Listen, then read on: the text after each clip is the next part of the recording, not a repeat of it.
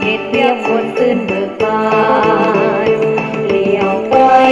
โนนสู่ภาคทงนาเลี้ยวสู่สายตานั้นแม่นป่าต้นสาลีเพื่อมันงามดีได้เพิ่มศักดิ์ศรีให้บ้านนอกสวยงามเพื่องา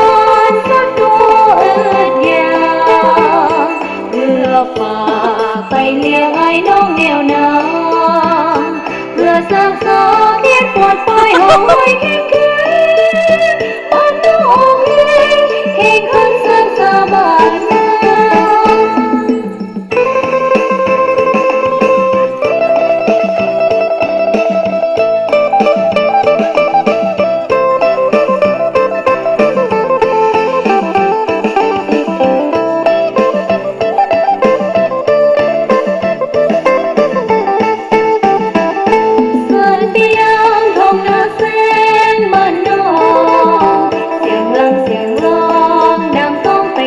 ท้องนาป่าซาบ้านน้องห่วงแข่งขันห่วงแห่งการลงมือฆ่าไทยด้วยวิธีใหม่ตามศูนย์กลางได้วางลงดูคนเหตุเรียบคนตื่นเบิกบานเลี้ยวไปโนนสู่ภาคทงนา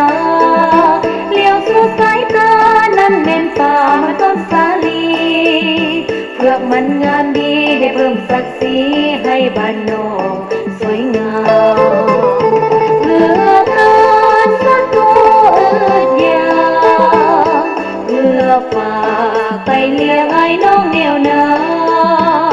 เพื่อสร้างสาเขียนปวดปลายหอยแข็ง